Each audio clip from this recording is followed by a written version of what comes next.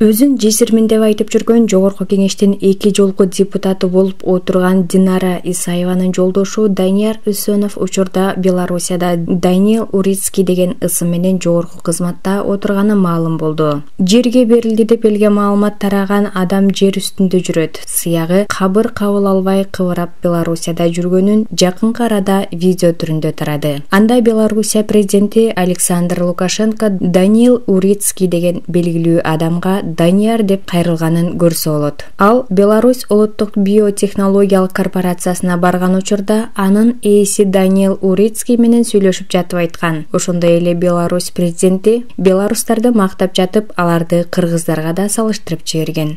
Бул жерде Данияр бир гана эл болуш керек.